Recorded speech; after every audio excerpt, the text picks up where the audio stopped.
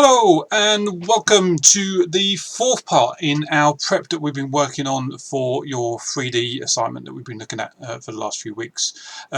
So just to say, we're going to go through and we are going to use the portfolio that you've been developing and all the elements of it for this last task. Now, a bit of a heads up, this last task has developed a little bit and we were going to try and get you to work on this for the end of the term, but it's now kind of developed and it's going to be part of the summer work that we're going to ask you to focus on and have a look at.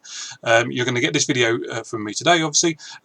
You'll get some other bits and pieces from Chris as well, which will focus specifically a little bit more on Blender, and he's going to do some written tasks for you to focus on over the summer as well, all of which we will expect to see either in a digital format if we are still delivering content in this way, or in a kind of physical form in terms of whatever it might be, printed up, ready to show us any kind of sketches or hand-drawn stuff and bits and pieces. All right, so that's where we're going to go through for today. Right, so let's get into it. Just to say, apologies if the sound is a little bit different on mine. My microphone stopped working, so I'm having to use the one that's on the webcam. I've tested it and it should be okay, but just in case, you might need to realise that you're turning me up a little more than you might normally do. So let's have a little look. Okay, so let's go through the task. As ever, I've forgotten to zoom in. This seems to be a running thing.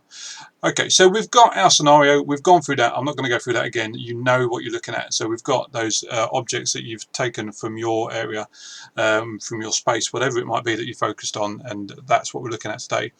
So for this last part of this, we're looking at some scaled up drawings, and actually what we've been doing is we've been tracking one of the units that we're going to look at in the upper sixth.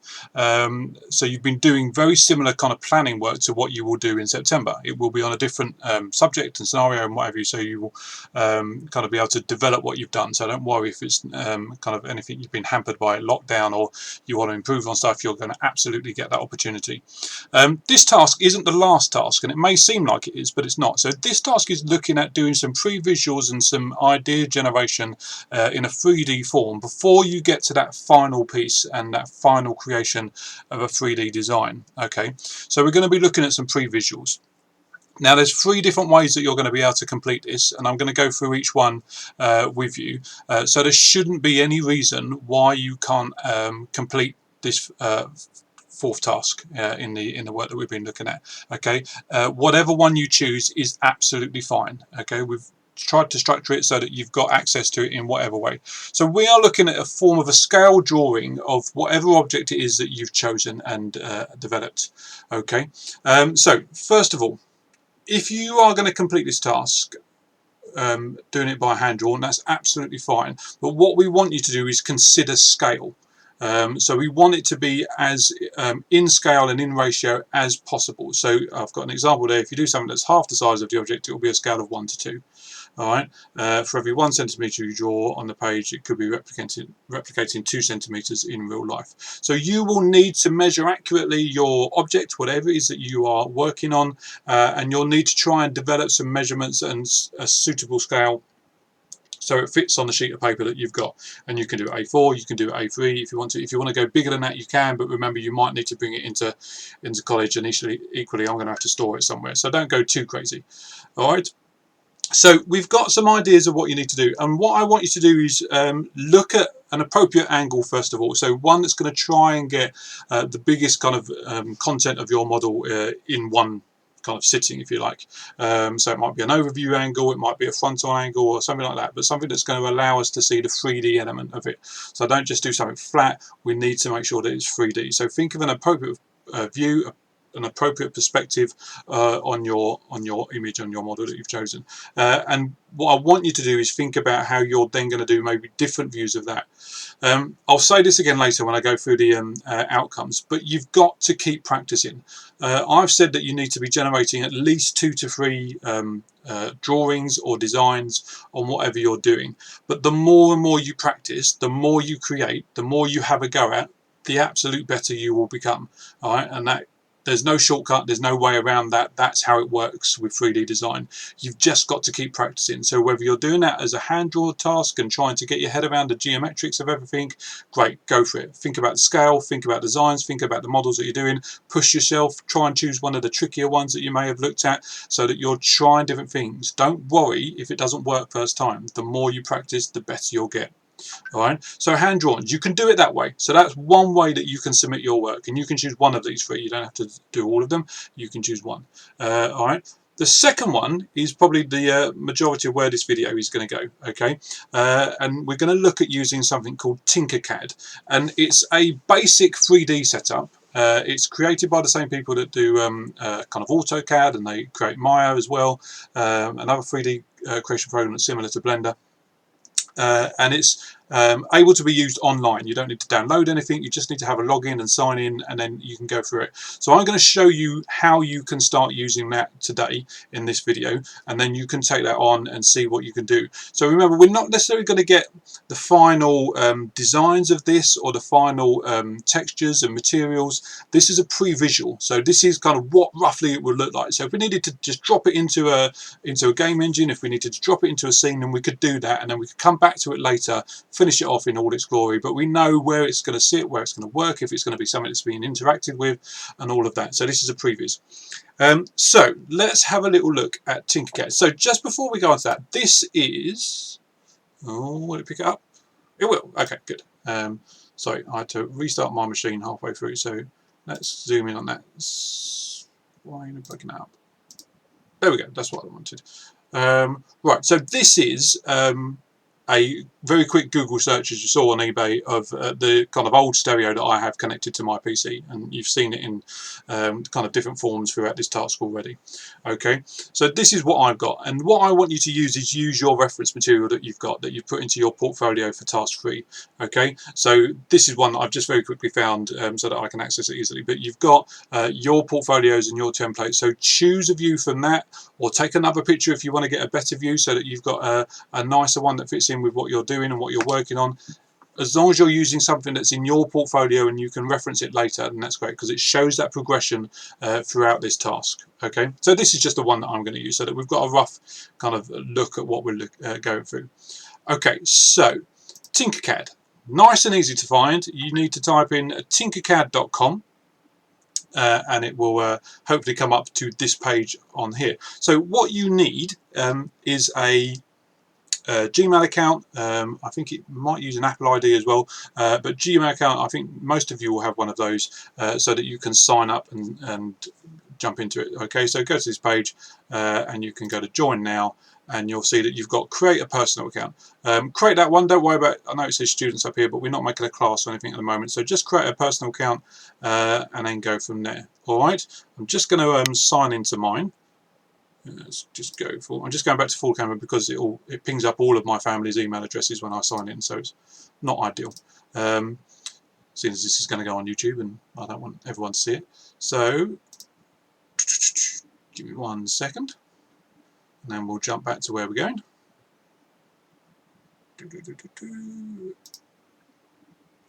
Right, there we go. All right, and you'll get a page like this. Now, a couple of things that I'm going to highlight. Create new design is where we're going to go, and we're going to start on a brand new one where we're going to create some bits and pieces. It gives it these weird, wonderful names. I don't know why. It just does. Okay. So that's where we're going to start. You'll see up here that you've got gallery, and you've also got a learn section where you can dive a little bit deeper into some further tutorials. I'm just going to give you a very quick overview of some of the basics because I want you to take your time on this and experiment with it and develop different ideas. This may seem quite basic, but it can create some amazing things. My son uses this on his 3D printer, so he kind of creates some simple bits and pieces in here, and he's developed those into kind of recreations of kind of droids from Star Wars and different kind of items and elements from different kind of movies and cartoons and bits and pieces that he's into. So you can actually create quite a lot in here, but and it's perfect for the pre-visual state that we're at the moment. Okay, so yeah, remember, learn up there. You've got some different bits and pieces that you can dive into. Okay, so create new design, and it should take us into a new page, and we've got different options around us. So we've got some controls over here. So we can switch to a flat view, we can go back to perspective, you can obviously zoom in and out. You've got different ways of where you can fit it all in one go, and you've got just taking you back to the home view. And then you've got this option up here where you can click and hold on there, and you can just change kind of what your work plane looks like. You've got some basic copies and pastes and deletes and undos up here, and some other bits and pieces that will come up as we go through. Alright, so you'll start with these basic images, basic shapes, sorry, on the right hand side, and you can see you've got quite a few, so you can dive into those quite nicely, and hopefully you'll find something that will start you off quite well. There's 3D text in there as well, which you might want to play around with. Under basic shapes, you have got different elements in there as well. Now, I need to remember where it is. I think it's components. It is components. So you can see that you can get some more kind of detailed bits and pieces under components. There's another one where you've got different shapes. Oh, I can't remember where it's gone. Is it featured?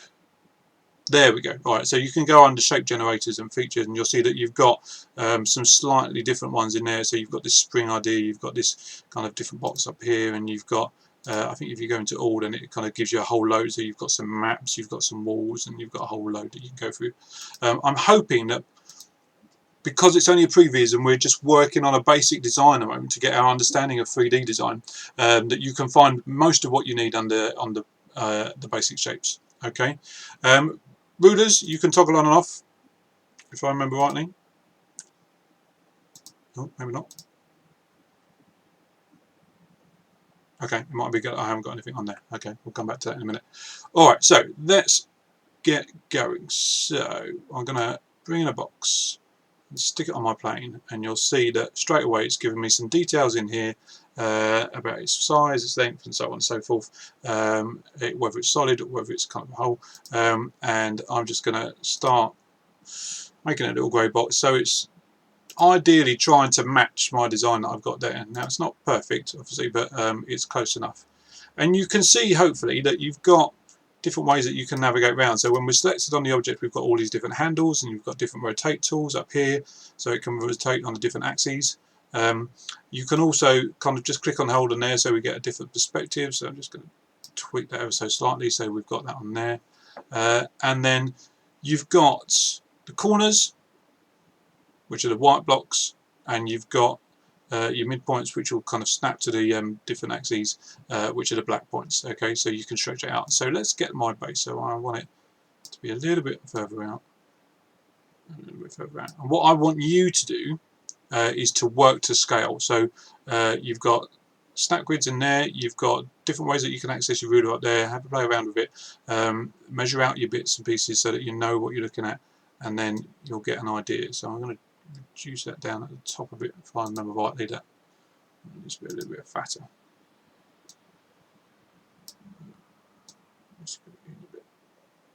That's a bit better. Okay, I think I may have gone a bit too far back, but we'll leave that for now for this one. Okay.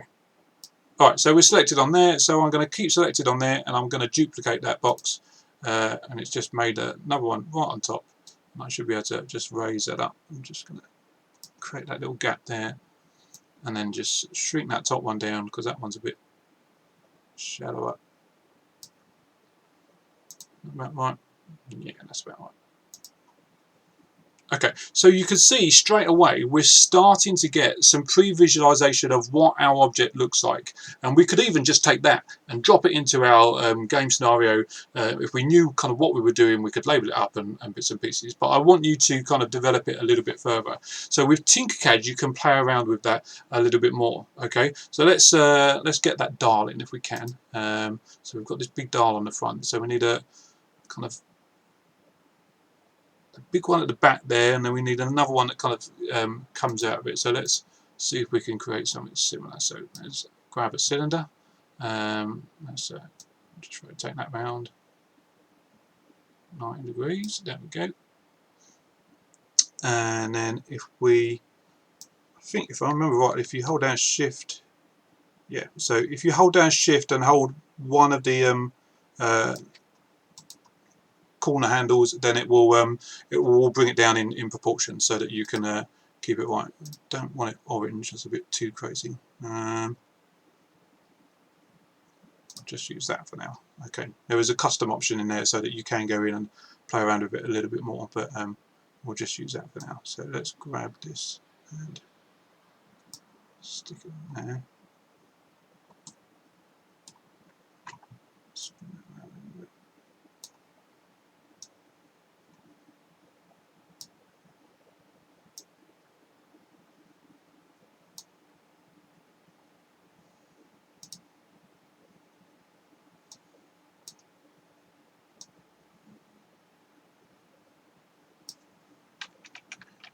So you can nudge with your arrow keys as well. Sorry, I went a bit quiet there for a bit, didn't I? Apologies. Okay, so that might need to go back a little bit, but that'll be fine. That's fine for now. So I'm going to duplicate that one and then just bring it out a little bit. Oh, I hit the wrong key there.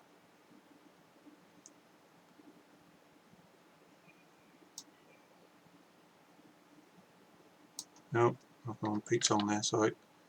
Let's just go back. So I've got that duplicate one still on there. That's what I want.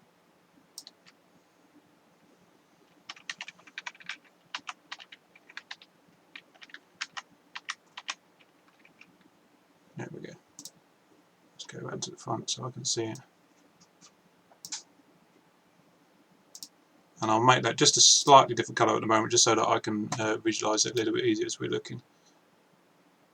Okay, so we've got something coming along there. It's not, like I say, it's not perfect, but we're getting the idea. And then we can start playing around with different elements. So we could bring in another box in. We can make that maybe just a slightly different grey so that it stands out a little bit more. Bring over here so that it's not in the way of my thing. So, sorry. So we could just reduce that down like that. Bring that down.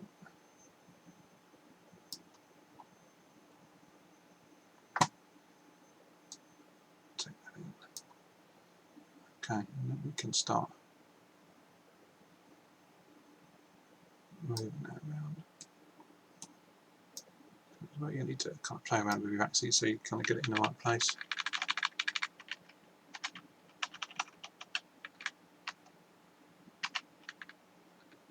So it's protruding a little bit. There we go. And we can just bring it up. And again, that needs to be played around with, because if you look kind of here, that's a lot thinner than there, and I've brought it up too high as well, so it needs to kind of come down a little bit more. And then we need to make it a little bit thinner, so we'll just bring the top down a little bit so it's a bit more in sync with that. So again, it's just beginning to bring together the different elements that you've got today.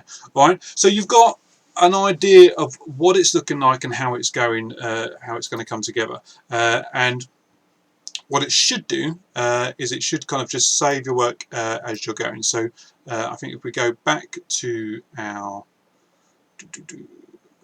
page, I can never remember if it's this one or that one. I think it's this one.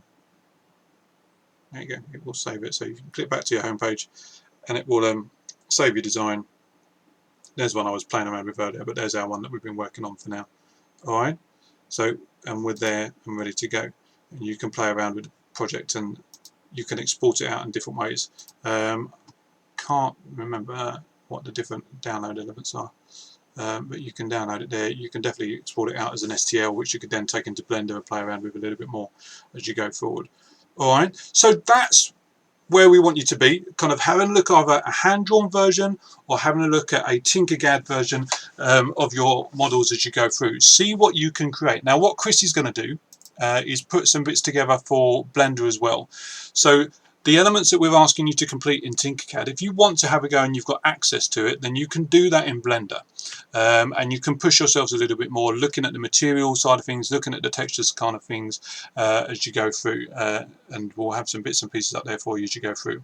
All right. So outcomes. What are we looking for? So if you haven't got access to digital tech, don't panic, don't worry. Hand-drawn designs are perfect for this. Okay, you will still learn and develop the same fundamental understanding of 3D design and geometry and that side of things that you'll need to know when we're back in the classroom and able to kind of access all of our machines. All right, they've got to be to scale. So measure things up, work out your scale. I put a little example in the brief, which you'll have access to as well, obviously, in the description of the video.